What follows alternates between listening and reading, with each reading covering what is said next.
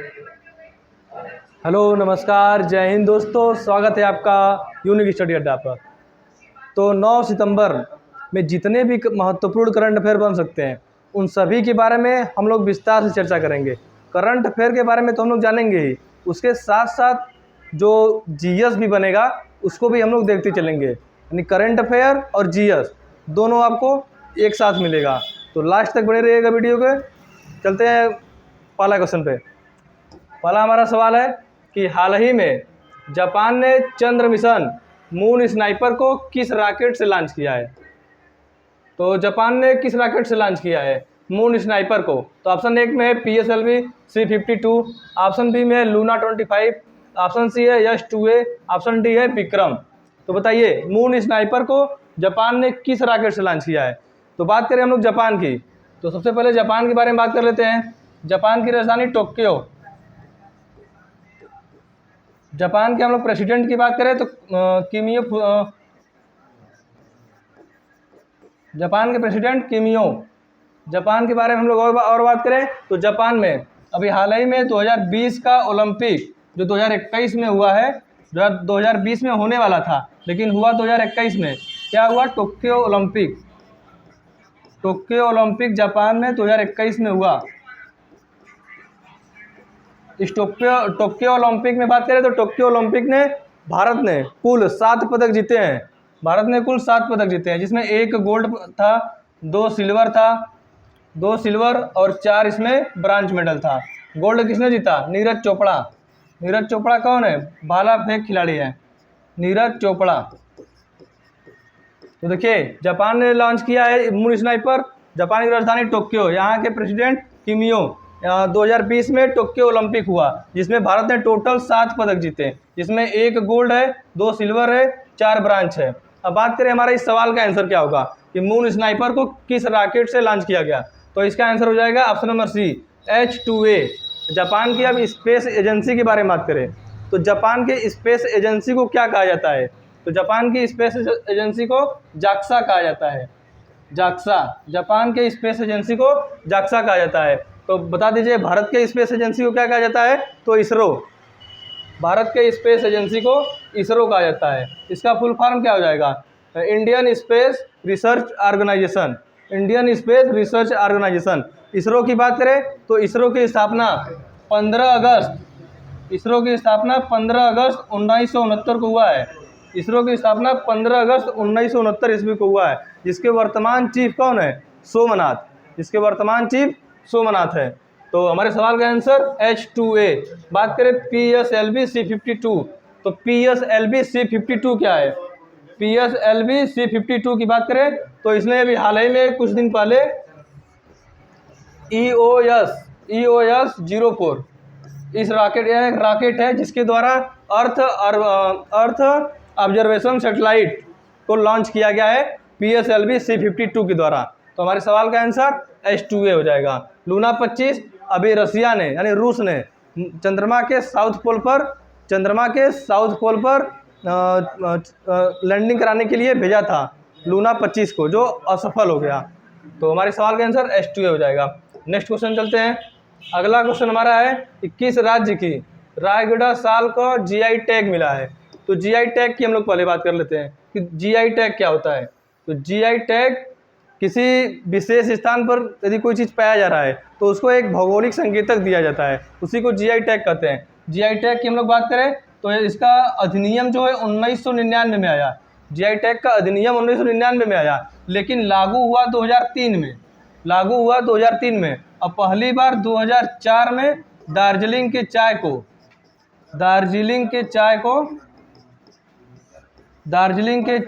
GI tag मिला। पहला GI tag Darjeeling के चाय को दिया गया।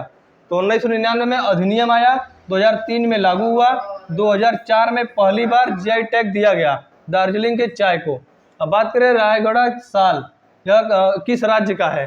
तो है Orissa. Option number A, Orissa इसका एकदम सही आंसर हो जाएगा। रायगढ़ साल उड़ीसा का है, जहाँ जिसको अभी हाल ही में GI टैग मिला है। अभी हाल ही में कुछ और GI टैग दिए गए हैं, जिसमें बात कर लेते हैं हम लोग। जैसे पहला हमारा हो जाएगा मिर्चा चावल कहाँ का GI टैग इसको मिला है? तो मिर्चा चावल बिहार का है। बिहार का है जिसे हाल ही में जीआई टैग प्राप्त हुआ है। बात करें दूसरा हमारा, तो चोखुआ चावल। चोखुआ चावल यह कहाँ का है? असम का है। इसे भी अभी जीआई टैग दिया गया है। अब बात करें एक और, भद्रवाह राजमा। भद्रवाह राजमा, भद्रवाह राजमा कहाँ का है जिसे जीआई टैग मिला है? तो यह हो जाएगा जम्मू कश्मीर का। जम्मू कश्मीर का है भद्रवाह राजमा, जिसे अभी हाल ही में जीआई टैग मिला है। अब बात करें हम लोग उड़ीसा की। उड़ीसा की यदि बात करें तो उड़ीसा के मुख्यमंत्री नवीन पटनायक। उड़ीसा के मुख्यमंत्री नवीन पटनायक। नवीन पटनायक। अब बात करें उड़ीसा की राजधानी भुवनेश्वर। उड़ीसा में फेमस व्हीलर द्वीप है जिसका नाम बदलकर एपीजे अब्दुल कलाम द्वीप कर दिया गया है। ठीक है, तो देखिए उड़ीसा हो जाएगा हमारे सवाल का एकदम करेक्ट आंसर। चलते हैं अपने नेक्स्ट क्वेश्चन पे, जिसमें हमारा दूसरा सवाल है कि हाल ही में किस शहर की पुलिस ने वरिष्ठ नागरिकों के लिए सवेरा योजना शुरू किया है? तो देखिए योजना से संबंधित सवाल पूछा गया है। ऑप्शन में है मुंबई, ऑप्शन बी में है प्रयागराज, ऑप्शन सी है दिल्ली, ऑप्शन डी है इनमें से कोई नहीं। तो कुछ योजनाएं हैं जिनके बारे में हम लोग जान लेते हैं। इससे हमारा पहला योजना हो जाएगा सबल योजना। सबल योजना अभी हाल ही में किस राज्य ने शुरू किया है? सबल योजना एक है नारी को नमन योजना। नारी को नमन योजना, तो ये दोनों योजनाएं किस राज्य ने शुरू किया है? तो इन दोनों योजनाओं को हिमाचल प्रदेश ने शुरू किया है, सबल योजना और नारी को नमन योजना। दूसरा हमारा इसमें है कि लाडली लक्ष्मी योजना। लाडली लक्ष्मी योजना, लाडली लक्ष्मी योजना किसने शुरू किया है, किस राज्य ने? तो लाडली लक्ष्मी योजना एमपी यानी मध्य प्रदेश राज्य ने शुरू किया है लाडली लक्ष्मी योजना। इसी के साथ और बात करें हम लोग मेधावी छात्रों को प्रोत्साहन हेतु योजना। मेधावी छात्रों को प्रोत्साहन हेतु योजना किस राज्य ने शुरू किया है? तो उड़ीसा ने शुरू किया है। मेधावी छात्रों को प्रोत्साहन हेतु योजना उड़ीसा राज्य ने शुरू किया है। मेधावी छात्रों को उड़ीसा राज्य ने शुरू किया है। और हम लोग इसमें बात कर ले कुछ योजनाओं के बारे में, तो मालवीय मिशन है एक। मालवीय मिशन की बात करें किसने शुरू किया है? मालवीय मिशन, मालवीय मिशन को शुरू किया है यूजीसी ने। यूजीसी ने। हमारे सवाल का आंसर देखें कि वरिष्ठ नागरिकों के लिए सवेरा योजना की शुरुआत कहाँ हुआ है? तो इसका हमारा आंसर हो जाएगा option number B, Prayagraj. Prayagraj में यह योजना शुरू किया गया है। प्रयागराज की बात करें तो गंगा यमुना सरस्वती का संगम स्थल है प्रयागराज। यहीं पर तीनों नदियां आके आपस में मिल जाती हैं, इसलिए इसको प्रयाग नाम से भी जानते हैं। पूरा नाम प्रयागराज ये है। इसके पहले इसका नाम इलाहाबाद हुआ करता था। यहाँ पर गंगा प्लस यमुना प्लस सरस्वती तीनों मिलती है प्रयाग में। तो हमारे सवाल का आंसर प्रयागराज। नेक्स्ट क्वेश्चन देख लेते हैं। अगला क्वेश्चन हमारा है कि हाल ही में किस देश की सर्वोच्च न्यायालय ने गर्भपात को अपराध की श्रेणी से बाहर कर दिया है? तो ऑप्शन में है चीन, ऑप्शन बी है कनाडा, ऑप्शन सी है मैक्सिको, ऑप्शन डी है नॉन ऑफ दीज यानी कि इनमें से कोई नहीं। तो हम लोग ऑप्शन की यदि बात करें तो ऑप्शन ए में है चाइना। चाइना की राजधानी बीजिंग। बीजिंग में एक बहुत ही फेमस संगठन का मुख्यालय है SCO, संघाई सहयोग संगठन। संघाई सहयोग संगठन इसका मुख्यालय है बीजिंग में। बात करें SCO की तो इसकी स्थापना हुआ है 2001 ईस्वी में। 2001 में SCO का स्थापना हुआ है। चीन के बीजिंग में इसका हेडक्वार्टर है। अब नेक्स्ट हमारा बात करें कनाडा। कनाडा की यदि बात करें तो कनाडा की राजधानी ओटावा। कनाडा की राजधानी ओटावा। कनाडा के वर्तमान में प्रेसिडेंट कौन है? तो जस्टिन ट्रूडो। जस्टिन ट्रूडो वर्तमान में कनाडा के प्रेसिडेंट है। बात करें कनाडा और USA, कनाडा और संयुक्त राज्य अमेरिका। कनाडा और USA के जो सीमा है यानी कि जो बॉर्डर है उसमें 5 झील पाए जाते हैं जिसे महान झील क्षेत्र के नाम से जाना जाता है। तो कौन कौन से झील हैं उसके बारे में हम लोग देख लेते हैं। तो पहला झील हो जाएगा सुपीरियर झील। सुपीरियर झील जो विश्व का सबसे बड़ा मीठे पानी का झील है, सुपीरियर झील। दूसरा हो जाएगा इसमें मिशिगन झील। मिशिगन झील। तीसरा हो जाएगा इसमें ह्यूरॉन। चौथा हो जाएगा ईरी। पांचवा हो जाएगा ओंटेरियो। ओंटेरियो। तो ये 5 झील हैं जो कनाडा और यूएसए के बॉर्डर पे पाई जाती है, इसलिए इस क्षेत्र को महान झील प्रदेश के नाम से भी जाना जाता है। नेक्स्ट हमारा है ऑप्शन सी, मैक्सिको। तो हमारे सवाल का आंसर भी हो जाएगा मैक्सिको, कि सर्वोच्च न्यायालय ने गर्भपात को अपराध की श्रेणी से बाहर कर दिया है। किस देश ने? मैक्सिको ने। हम लोग मैक्सिको की बात करें तो मैक्सिको की राजधानी Mexico city. Mexico city. Mexico की हम लोग मुद्रा की बात करें यानी करेंसी की बात करें तो पीसो, मैक्सिको पीसो, यहाँ की मुद्रा पीसो हो जाएगी। तो हमारे सवाल का आंसर मैक्सिको। नेक्स्ट क्वेश्चन देख लेते हैं। अगला क्वेश्चन हमारा है कि हाल ही में मिस इंटरनेशनल इंडिया 2023 कौन बनी है?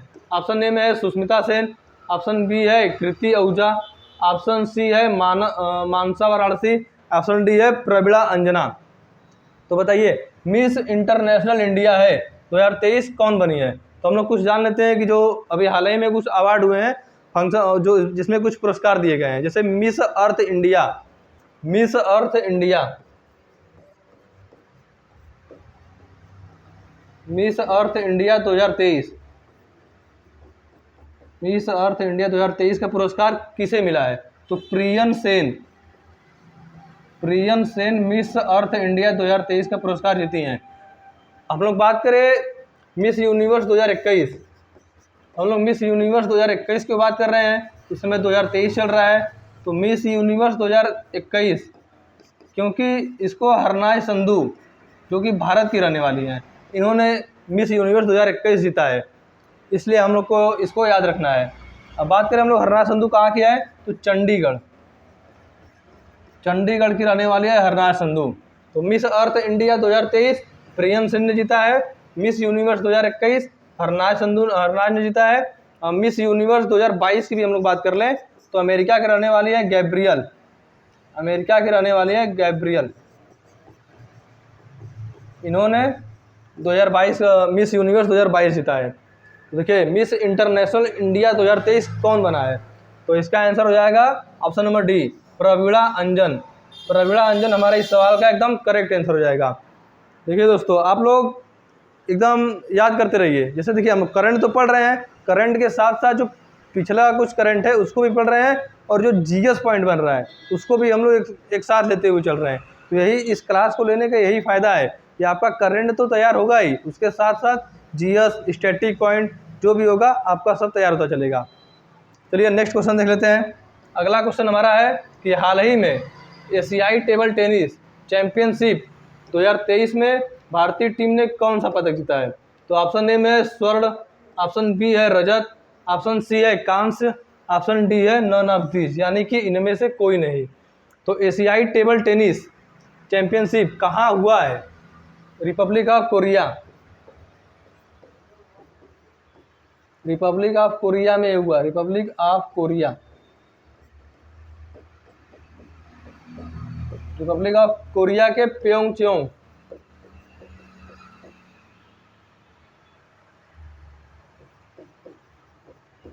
प्योंगचोंग में यह हुआ है अभी हाल ही में 2023 वाला एशियाई table tennis championship Republic of Korea के प्योंगचोंग में हुआ है, जिसमें भारतीय टीम ने कौन सा पदक जीता है?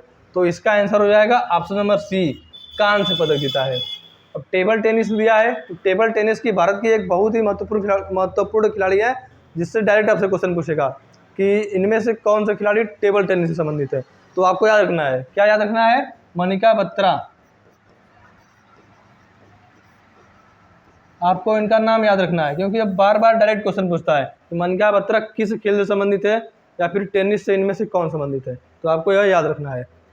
तो इसका आंसर हो जाएगा ऑप्शन नंबर सी, कांस्य पदक। नेक्स्ट क्वेश्चन देख लेते हैं। अगला प्रश्न हमारा है कि हाल ही में फैशन ब्रांड डब्लू ने किसे अपना ब्रांड एम्बेसडर बनाया है? तो ऑप्शन ए में है पीटी उषा, ऑप्शन बी में है अनुष्का शर्मा, ऑप्शन सी है आलिया भट्ट, ऑप्शन डी है रणबीर कपूर।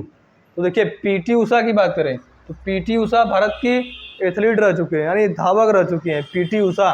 पीटी उषा की बात करें तो वर्तमान में वर्तमान में भारतीय ओलंपिक संघ IOA, इंडियन ओलंपिक एसोसिएशन, तो भारतीय ओलंपिक संघ की वर्तमान में PT उषा अध्यक्ष है। क्या है? PT उषा इसके अध्यक्ष हैं। बात करें इस हमारे सवाल कि W एक ब्रांड है, ठीक है, इसका ब्रांड एम्बेसडर किसे बनाया गया है? तो option number B, Anushka Sharma. Anushka Sharma को W का ब्रांड एम्बेसडर बनाया गया है। अनुष्का शर्मा की बात करें तो अनुष्का शर्मा को पूमा का, विराट कोहली के साथ संयुक्त रूप से पूमा का भी ब्रांड एम्बेसडर बनाया गया है। इन दोनों मतलब अनुष्का शर्मा और विराट कोहली दोनों लोग पूमा के ब्रांड एम्बेसडर हैं। बात करें option number C, Alia Bhatt, तो आलिया भट्ट को अभी हाल ही में 69वें राष्ट्रीय फिल्म पुरस्कारों में इन्हें बेस्ट एक्ट्रेस का पुरस्कार मिला है। आलिया भट्ट के साथ साथ कृति सेनन को भी बेस्ट एक्ट्रेस का अवार्ड मिला है। कहाँ मिला है? 69वें 69th नेशनल फिल्म फेस्टिवल में आलिया भट्ट और कृति सेनन को मतलब कि इन दोनों को बेस्ट एक्ट्रेस का अवार्ड दिया गया है। हमारे सवाल का answer option number B, Anushka Sharma हो जाएगा। अब नेशनल फिल्म फेस्टिवल की बात करें तो 69वें नंबर का था। पहली बार कब हुआ था? 1954 में। नेशनल फिल्म फेस्टिवल पहली बार 1954 में हुआ। बात करें इस बार मतलब 2023 में जो हुआ 69वां, इसमें बेस्ट मूवी की बात करें तो उधम सिंह, सरदार उधम सिंह, इस मूवी को बेस्ट फिल्म का पुरस्कार मिला है। बात करें बेस्ट एक्टर की तो अल्लू अर्जुन को बेस्ट एक्टर का अवार्ड मिला है। हमारे सवाल का आंसर अनुष्का शर्मा हो जाएगा। नेक्स्ट क्वेश्चन देख लेते हैं। अगला प्रश्न हमारा है कि अभी हाल ही में अंतर्राष्ट्रीय पुलिस सहयोग दिवस कब मनाया गया? तो पुलिस सहयोग दिवस की बात कर रहा है, तो कुछ हम लोग दिवस देख लेते हैं जो सितंबर माह में मनाए जाते हैं। तो देखिए पहला हमारा हो जाएगा 2 सितंबर, विश्व नारियल दिवस।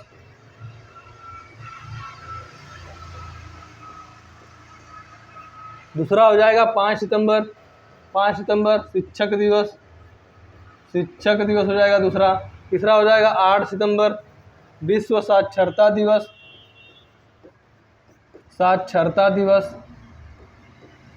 तीसरा हो जाएगा 15 सितंबर, तो 15 सितंबर को मनाया जाता है जुगाड़ू दिवस या इंजीनियर डे। ये दो दिवस 15 सितंबर को मनाया जाता है।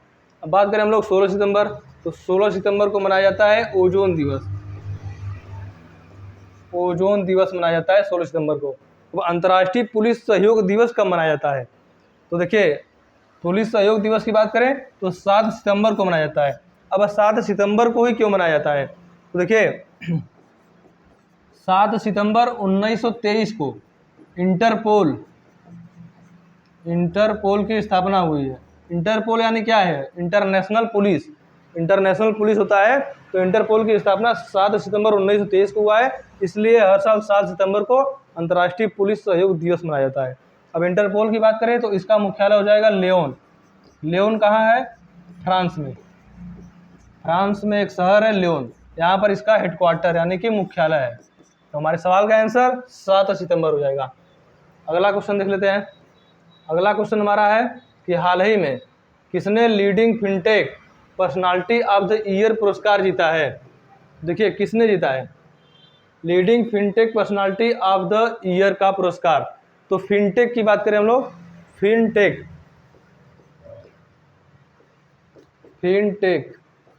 यानी कि फाइनेंशियल